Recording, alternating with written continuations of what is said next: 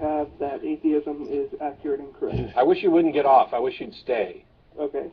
Because there's this moron on YouTube who keeps asking this question and pretending like we haven't answered it. Not only have I answered it on the show before, but on the blog as well. The question is ill-formed. The question is, what proof and evidence do you have that atheism is true? Well, atheism is the position of not accepting the theological explanation. It is not accepting the God hypothesis. It is, in fact, the null hypothesis. It cannot be proven to be true. It is the default position. And Christianity and Buddhism and Hinduism and Islam, they have all failed to meet their burden of proof.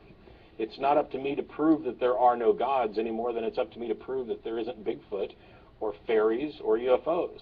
The default position, the null hypothesis, is that these things aren't true. And we wait and reserve belief until they are demonstrated to be true. Does that make sense? Yeah, that makes sense, I guess. But Cool. Does that mean that atheism is not a worldview?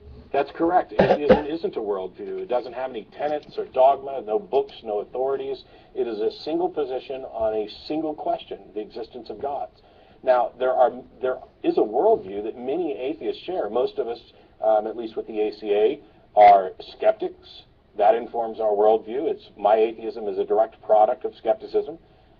Many of us are secular humanists, which tell us a little bit more about perhaps our moral outlook on life and other things. There's many, many labels that would fit, and there are a number of secular worldviews that are consistent with atheism. But just saying you're an atheist alone doesn't tell you anything at all about somebody's worldview.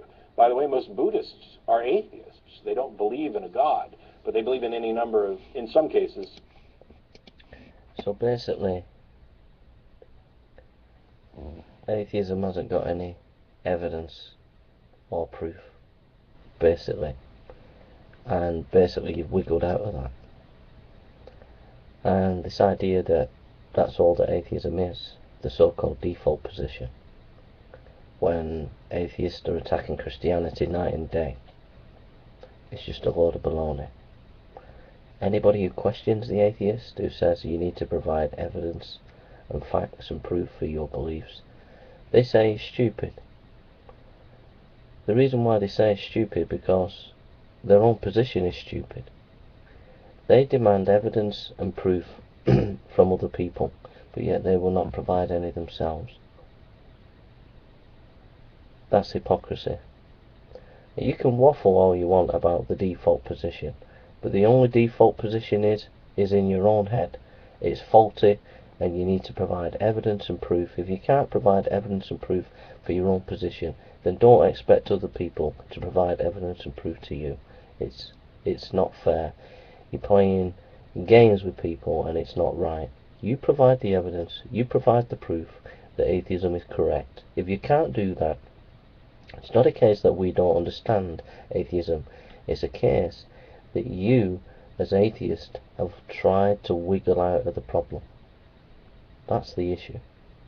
That you've wiggled out of the problem and blinded people to accept your definition, which is a definition that just doesn't make sense. Alright? Thanks for listening. Atheism is just, well, I don't know, it's just really bad. It just doesn't work. And completely dishonest. They just completely will not face up to the true questions and true challenges of our time. Thank you for listening. Bye now.